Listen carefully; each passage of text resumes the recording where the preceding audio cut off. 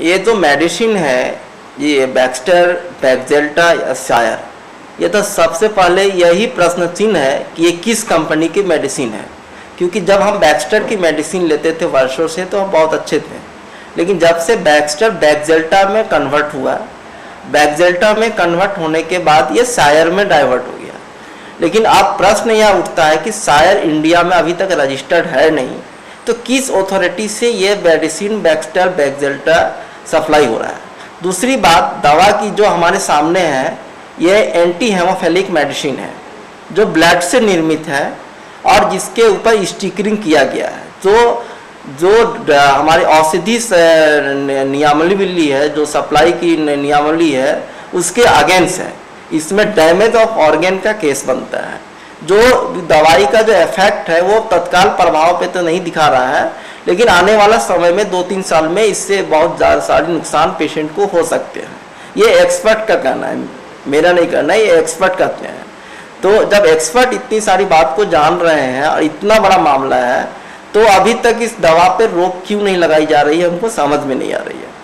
ये बहुत बड़ा मतलब एक करप्शन का, मतलब भ्रष्टाचार का ये नमूना हमको लगता है। क्योंकि हम इस पर इसकी गुणवत्ता पे हम प्रश्न नहीं कर रहे हैं।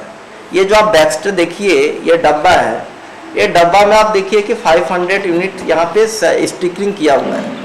ये स्टिकरिंग जो किया हुआ है 500 यूनिट्स का है, तो 500 लिखा हुआ है, केवल 500। ये 500 क्या है, मिलीग्राम है, यूनिट्स है या ग्राम है, क्या है, ये स्पष्ट नहीं होता है। तो कोई भी डॉक्टर इसको किस पैमाने पे नाप के इसको इस मेडिसिन को लगाएगा, पहली बात। दूसरी बात, अब date of expiry, date of manufacture की जगह पे या इस तरह के स्टिकर आप नहीं चिपका सकते हैं। या स्पष्ट इसका जो FDA रूल है और जो भारतीय ड्रग्स एंड सप्लाई रूल्स है, इसमें स्पष्ट इसका मेंशन किया गया है। तो ये एक बहुत बड़ा मतलब पेशेंट के साथ बहुत बड़ा मतलब नाइंसाफी हो रही है। बहुत सारे ऐसे पेशेंट हैं, रोगी हैं जो हेमोफीलिया को, जिनको आज तक 1-2 फैक्टर में काम होता था, उनको 3-3, 4-4 हज़ार, 5-5 हज़ार, 10-10 हज़ार आयु लग रहे हैं, लेकिन काम उतना नहीं हो रहा है जितना होना चाहिए।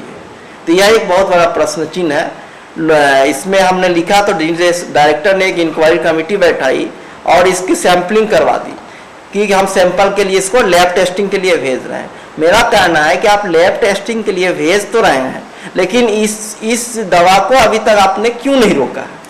ये बहुत बड़ा प्रश्न है कि रिम्स एडमिनिस्ट्रेशन इस दवा को क्यों नहीं रोका, जबकि सीसी में स्पष्ट देखिए ये बैक्स्टर का सीसी है, जो कि बैक्स्टर बिक चुकी है। दूसरी बात, आप ये देखिए सीसी में पूरा टैंपरिंग किया हुआ है। 500 देखिए ब्लैक से ये यहाँ पे 500 यूनिट्स था, जब हमने इसको हटाया तो ब्लैक किया हुआ है। Date of manufacture, date of ये सब साथ मतलब यहाँ पे स्टिकरिंग किया हुआ है, ये पूरा ब्लैक किया गया है। और यहाँ पे 500 लिखा हुआ है। ये 500 क्या है, स्टिकरिंग है, मिलीग्राम है, ग्राम है, इसका कोई स्पष्ट नहीं। उसके बाद आप देखिए ये आपका जो है बैक्स्टर का, ये आपका कवर्ड से पैक किया गया है और यहाँ पे ये बैक्जेल्टा है। तो ये कभी भी किसी भी कंपनी में ऐसा पॉसिबल नहीं हो सकता है।